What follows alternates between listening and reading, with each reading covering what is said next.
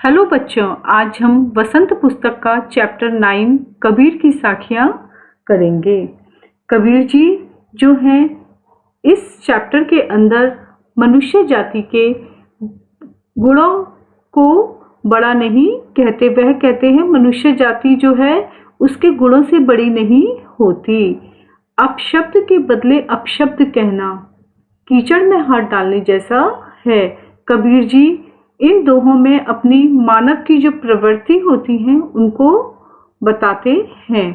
उन्होंने जो है कुछ दोहे बताए हैं। उस दोहे में उन्होंने बताया है कि जो चंचल मन से कबीर जी व्यंग्य करते हुए कहते हैं कि माला और जीभ प्रभु के नाम जपते हैं पर मन अपनी चंचलता का त्याग नहीं करता। अर्थात जो लोग पूजा पाठ में बहुत ज़्यादा लगे रहते हैं, वे हाथ में माला और मुंह में अपनी जीभ से प्रभु का नाम जपते रहते हैं, लेकिन उनका मन जो है वह शांत नहीं होता। अर्थात उनके मन में चंचलता भरी होती है। वे कहते हैं किसी को कमजोर समझकर दबाना नहीं चाहिए, क्योंकि कभी कभी यही हमारे लिए कष्टकारी हो जाता है। जैसे हाथी और चींटी, जैसे कि हाथी कितना बड़ा होता है और चींटी जो है वह बहुत छोटी सी होती है, लेकिन फिर भी एक चींटी जो है वह हाथी को मार भी देती है। एक छोटी सी चींटी हाथी को बहुत परेशान कर सकती है। और मनुष्य अपनी मानसिक कमजोरियों को दूर कर संसार को खुशहाल और दयावान बना सकता है। यानी कि मनुष्य को मानसिक रूप से बहुत ही मजबूत होना चाहिए, उसके अपने मन पर नियंत्रण होना चाहिए। तो चलिए बच्चों, कबीर जी की साखियां देखते हैं अब। जाति न पूछो साध की, पूछ लीजिए ज्ञान, मोल करो तलवार का, पड़ा रहन दो म्यान। साधु जात न पूछो साधु की, अर्थात साधु सज्जन। तलवार तलवार, रहन रहने, म्यान जिसमें कि तलवार रखी जाती है, और ज्ञान यानी कि जानकारी। अर्थात जात न पूछो साध की। इसमें कबीरदास जी कहते हैं हमें किसी साधु या सज्जन पुरुष से उसकी जाति नहीं पूछनी चाहिए। पूछ लीजिए ज्ञान, अपितु उसका हमें ज्ञान देखना चाहिए कि वह कितना ज्ञानी है, उसे कितनी जानकारी है।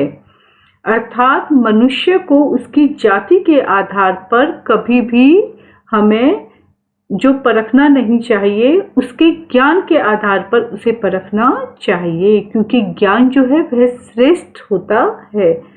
मोल करो तलवार का, पड़ा रहन दो म्यान, क्योंकि जब हम तलवार खरीदने जाते हैं तो उसकी कीमत म्यान देखकर नहीं लगाते हैं।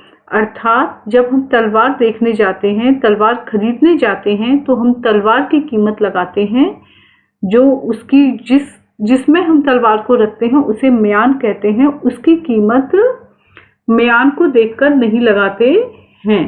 आवत गारी एक है, उल्टत हुई अनेक, कह कबीर नहीं उल्टिए, वही एक की एक। आवत आते हुए, गारी माने गाली, उल्टत यानी पलटकर, अनेक यानी बहुत सारी। आवत गारी एक है, उल्टत हुई अनेक। इसमें कबीरदास जी कहते हैं जब हमें कोई गाली देता है तब वह एक होती है, पर हम पलटकर उसे भी देते हैं तो वे अनेक हो जाती हैं। कहे कबीर नहीं उल्टिए, वही एक की एक। इसलिए जब हम उसकी एक गाली पर ही ध्यान नहीं देंगे तो वह वहीं खत्म हो जाएगी, अर्थात एक की एक ही रह जाएगी। माला तो फिर मैं फिरे, जीभ फिरे मुख माही, मनवा तो दहु दिसी फिरे, यह तो सुमिरन नाही।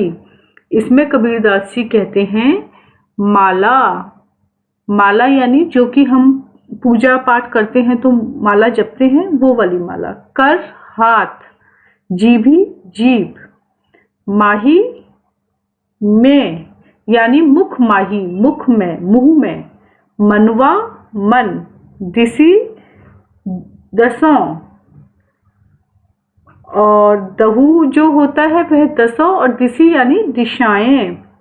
सुमिरन, भगवान का जो हम स्मरण करते हैं, सुमिरन।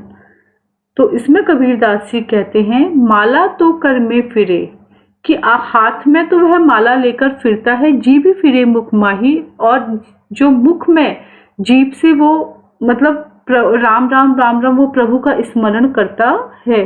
मनवा तो चहुँ दिशि फिरे, लेकिन उसका मन तो दसों दिशाओं में फिरता है, अर्थात उसका मन इतना चंचल है कि वह उस चंचलता का त्याग नहीं कर पाता। उसका मन तो सांसारिक मोह माया में लगा रहता है। वह अपना मन जो है उसका, वह सभी दिशाओं में फिर रहा है। यह तो सुमरन नहीं, ये तो स्मरण नहीं है, ये तो भगवान का उसने सच्चे मन से स्मरण नहीं किया, क्योंकि जो उसका मन है, जब उसने मन की चंचलता को ही नहीं त्यागा, उसका मन बिना विचारे इधर उधर जो है वह घूमता रहता है। क्योंकि मानव मन जो होता है, मानव मन की प्रकृति होती है, प्रवृत्ति होती है कि मानव मन गतिशील होता है। वो भगवान का नाम तो कबीरदास जी यही कह रहे हैं कि मानव मन जो है निरंतर गतिशील रहता है, इधर उधर घूमता रहता है। वो भगवान का मन से स्मरण नहीं करते, माला भी फेरते रहते हैं और जीभ में भी प्रभु का स्मरण करते रहते हैं। कबीर खासना नींद ये, जो पाऊ तली होई, उड़ी पड़े जब आंख में खरी दुहेली होई। निदिये यानी निंदा करना, पाऊ पांव, तली नीचे, खरी कठिन, दुहेली दुख देने वाली।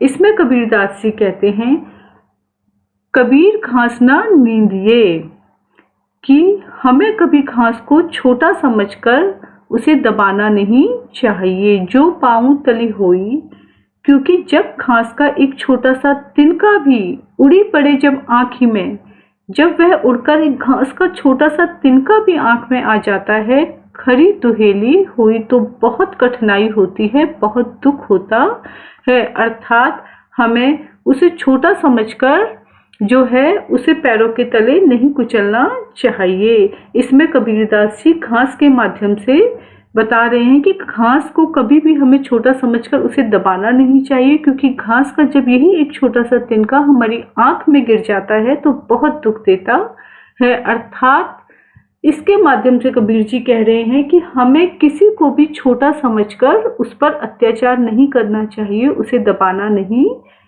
चाहिए। जैसे कि एक छोटी सी चींटी भी हाथी का बहुत कुछ बिगाड़ सकती है, यानी कि हाथी को बहुत परेशान कर देती है।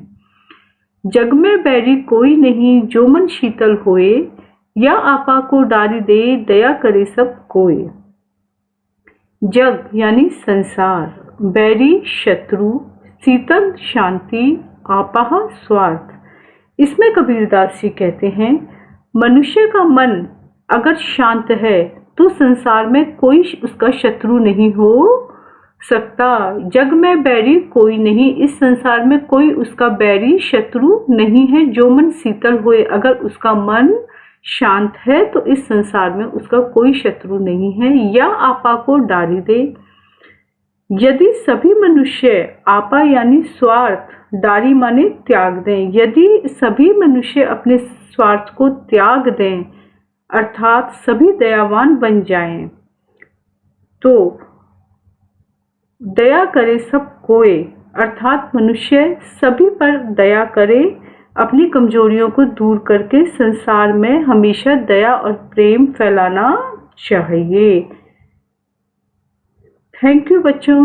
अगर आपको इस चैप्टर में कोई भी परेशानी है, कोई भी आपको प्रॉब्लम लगती है, तो आप मुझे कमेंट बॉक्स में कमेंट करके पूछ सकते हैं।